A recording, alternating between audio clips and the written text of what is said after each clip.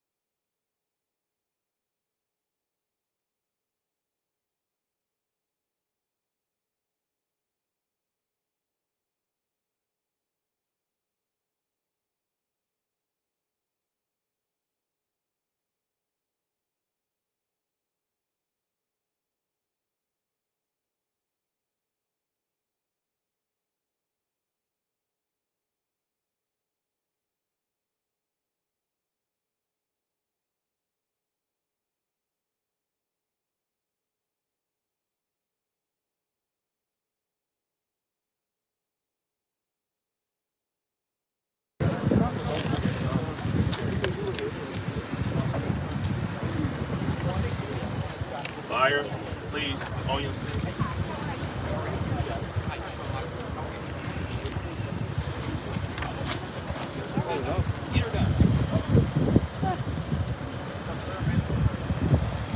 Okay, it's ready, yeah. Go ahead.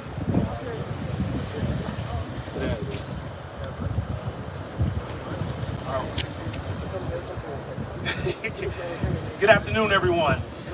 I'm sorry, are you guys ready? Ready? All right. Good afternoon, everyone. I'm Alonzo Williams, Chief Programming Officer at the Chicago Park District. Joining me today are representatives from OEMC. You know what? I'm sorry, guys. We're recording this, right? No, we're good. All right, let's give him 1 second so he can get here. Can you move the mic slightly down so it's not covering your face? Yeah, that's perfect. Microphone check. Appreciate 1, 2. you. Got it. Thank you. There you go. There you go. There you go. All right, Jammer's coming. Hey, Charlie. How are you? I'm good. I got it. I'm just gonna.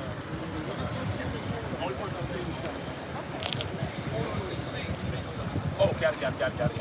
You guys want to do spelling of names? Sure. Yeah, hit me. All right. First name, Alonzo Williams, Alonzo Williams, Chicago Park District. Jammer, we're waiting on you. Where's the pool? I don't know if they told me. Next name, Jammer, Jamar Sullivan, Chicago Fire Department, Jamar. Next name, Mike Tokarts, Matt Tokarts, Tokarcz. Sorry. Last name Sean. I'm gonna keep butchering. Sean Loughran, Loughran. All right, everybody good to go now? All right, you good, gentlemen? Good afternoon, everyone. I'm Alonzo Williams, Chief Programming Officer of the Chicago Park District. I'm joined here today with representatives from Office of Emergency Management, the Fire Department, and the Chicago Police. Thank you all for coming out today to Margaret Burroughs Beach this afternoon as we address important water safety, particularly along the lakefront. Although temperatures are still mild, we want to remind people that even though the weather is still warm, beaches are closed for swimming and lifeguards are no longer on duty. Today, the National Weather Service announced a beach hazard statement effective today at 3 p.m. until Thursday, September 23rd at 7 p.m. and a lakeshore flood advisory beginning tomorrow, September 22nd at 7 a.m. until Thursday, September 23rd at 4 a.m. Lake conditions are extremely dangerous with large battering waves building up to 10 to 14 feet tomorrow. Right now through Memorial Day 2022 weekend, you'll see the red flags flying at each beach indicating it's not safe to swim. Chicago Park District recently announced a pilot program to install life rings along the lakefront. Life rings have since been installed at Prince Beach and here at Burroughs Beach. The district will continue to install equipment along the lakefront and as supplies become available, with our goal of having the whole lakefront locations equipped at the start of next year's beach season. The district will increase signage at authorized and unauthorized swim locations and implement a robust public awareness campaign to educate patrons on beach safety. In the parks, we believe every child should learn how to swim by 4th grade. We want to teach the next generation about water safety and learn how to swim. We are offering 200 Learn to Swim classes this fall. Each class will be 1 hour, and each class will run for an entire 10-week period. We encourage all ages to learn to swim and consider signing up for our programs. Beginning in the winter 2022 program session, all registrations will require patrons to acknowledge beach safety protocol. Again, we want to reiterate, beaches are closed for swimming for the season. We encourage patrons to visit all our indoor pools as they are open and staffed, offering swim programs at affordable rates, including lap swim, learn to swim, water aerobics, tiny tots, and more. You can visit www.chicagoparkdistrict.com to learn more about the swim programs and find a pool near you. Lastly, special thanks to the Chicago Police Department, the Chicago Fire Department, and the Office of Emergency Management and Communications for their support. While in different capacities, we all work together to keep our patrons safe. Thank you all for your cooperation, and with that, I would turn it over to Matt Tokars with OEMC.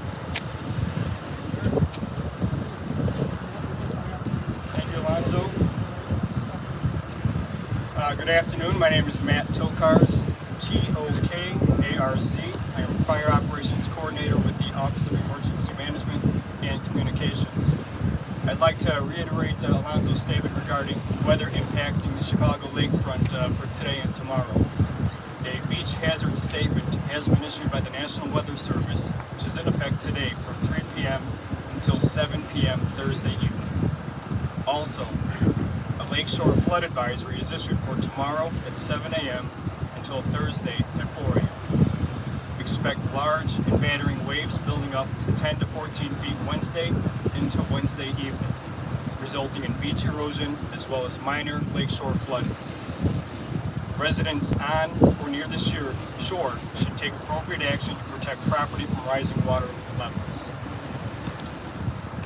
Even though warm temperatures may invite swims in the lake or boating excursions, it is important to remember there are no lifeguards on duty for the season as we transition to fall and eventually winter.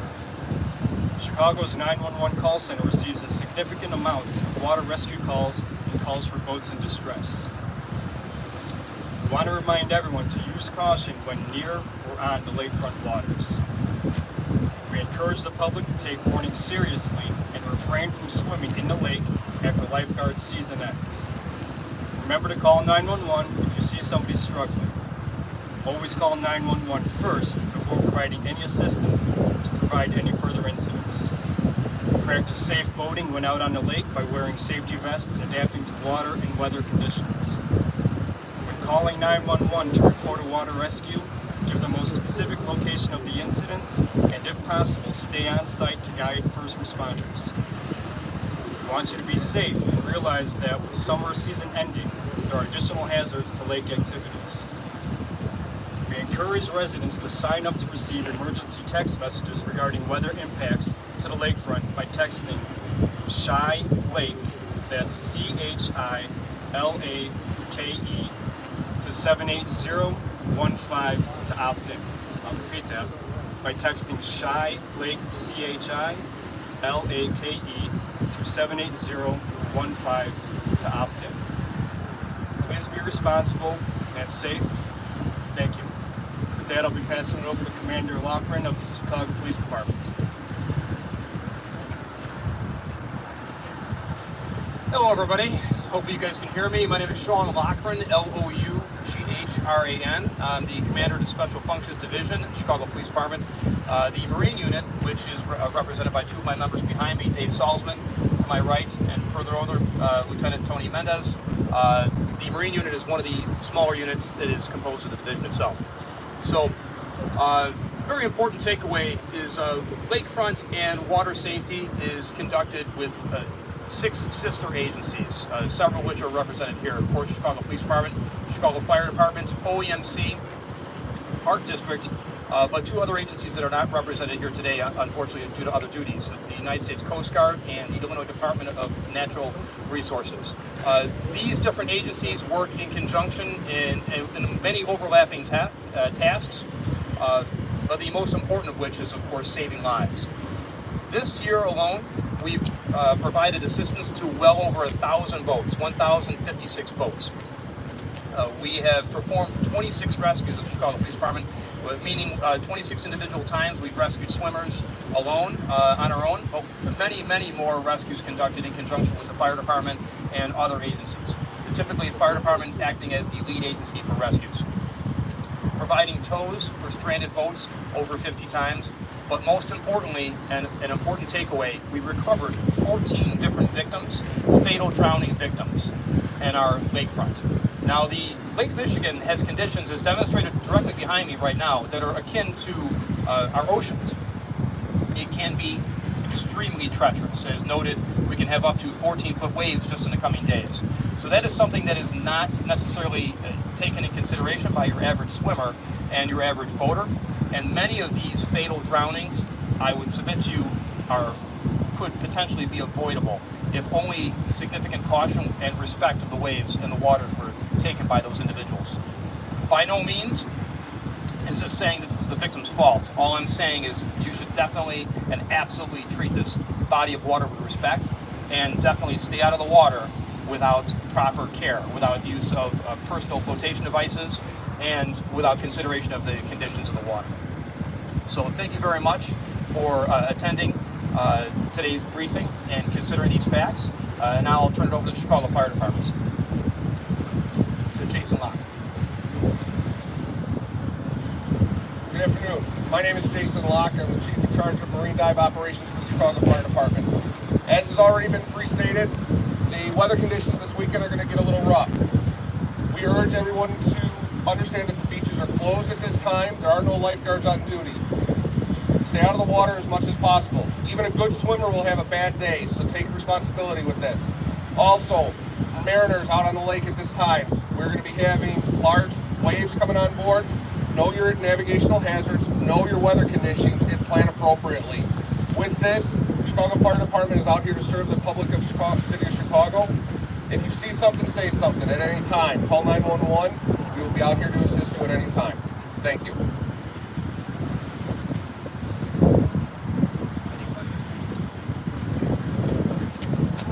Question about red tide. Is that what we're expecting this weekend? The danger or the waves still big for not all the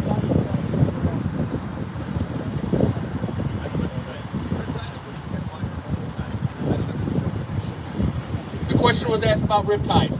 With the heavy winds, we treat Lake Michigan as an ocean. You're going to have wind-driven currents that will cause an extreme undertow situation, which can drag a swimmer out into deeper water and further offshore. It is mostly wind-driven conditions at this time. We are also expecting 8 to 12-foot waves, which on the bike paths and some of that skirt the outer ledges can definitely wash somebody into the water. You got to remember, concrete does get slippery when wet. You do have a capability of falling in the water at that time, so take precautions. If you do get caught in a rip current, ride the wave out, go to a safer point, then swim in. If somebody witnesses this happening, feel free to call the fire and police department. We'll be out to assist. Any other questions? Something else to keep in mind, with the warmer weather out on land and the colder water temperatures, we have to be aware of hypothermia. Water temperature right now is approximately 70 degrees. That gives you only a very short period of time before you become hypothermic and cramp up and become injured under these conditions. Let's say I see something happen in the water. A little louder, I'm sorry, sir. Okay?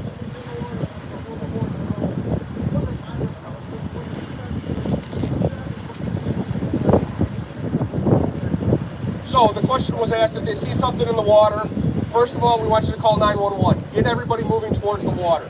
Second thing you want to do is try and talk them in. Hey, coming in, swim in towards shore, self-rescuing. The next thing you want to know is your location. Throughout the lakefront, all the street signs have a pole marking system. You'll have the 100 of either north or south. Give that to the dispatcher at OMC. They will be able to better identify and direct us in there. Also, throughout the lakefront, you'll start noticing throw rings. We encourage people to stay out of the water as much as possible to help assist. You can always reach and throw, but do not go into the water, because we're always going to assist everybody that's out there.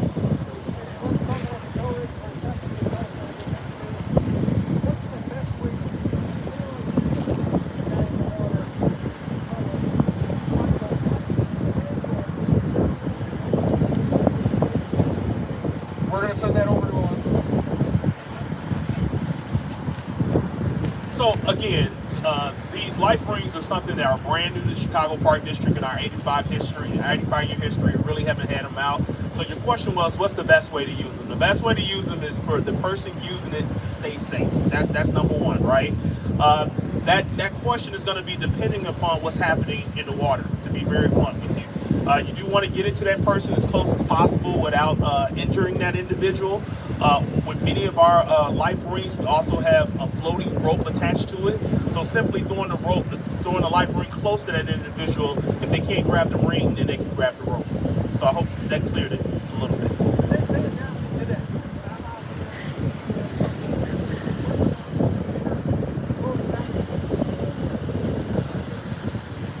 All right, so the best way to use a throw bag or a life ring, you want to be able to stand upwind so that when you throw it, the ring buoy will go out downwind, meaning it'll go out. We want to try and have you aim over their heads. We want you to throw it as far out there as you can get it. This allows them to one, either grab the rope or the ring like was said.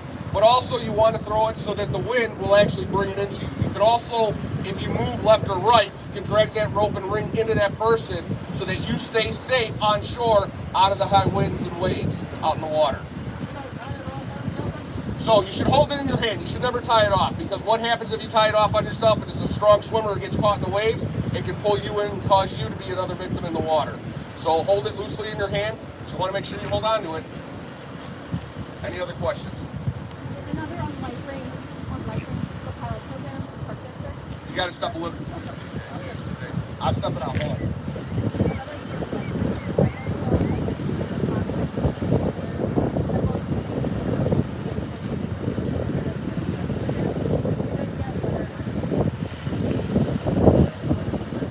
So let's answer that. So we said pilot, but let's just say we're doing a flight program, meaning it's already taken off. We're standing here at Margaret Burroughs Beach, and you can see under the flag there's a life ring. That is an authorized swim location. The other thing you can see is also, as we're standing on the 31st Street Pier, behind us, there's a life ring out there as well. That is not an authorized swim location. So we are doing both locations along the lakefront, as I stated earlier, as we're able to get supplies to put out.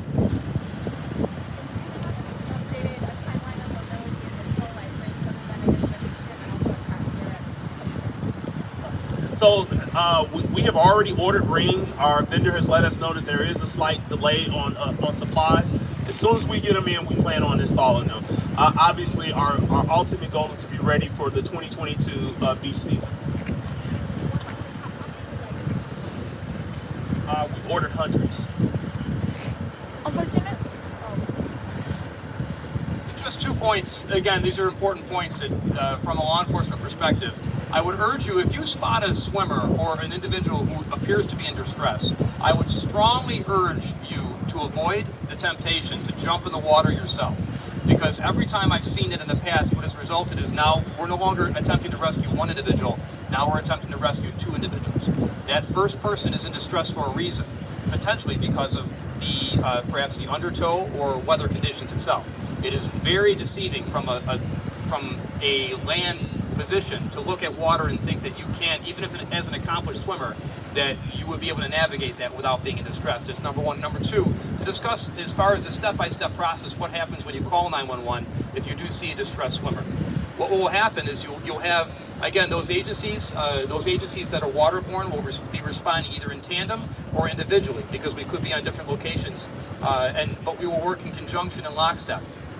If it is a matter of recovering somebody from the water, then each of those agencies will attempt to do so. If it's life-saving measures, then each of those agencies will attempt to deliver life-saving measures. What is also going to happen, and is also forgotten, is often forgotten, I should say, is there will be land-based personnel from the Chicago Police Department and potentially from the fire department that will also respond, again, dependent upon their location. And those individuals will absolutely need to make contact with that 911 caller. So please remain on scene, and please provide your information to OEMC, to the 911 dispatcher, a callback information, because there's a presumption you'll remain on scene and you'll continue observing this distressed swimmer. We want to make sure we're looking in the right place, because what can happen is, unfortunately, the individual may provide, they may be incorrect in their location.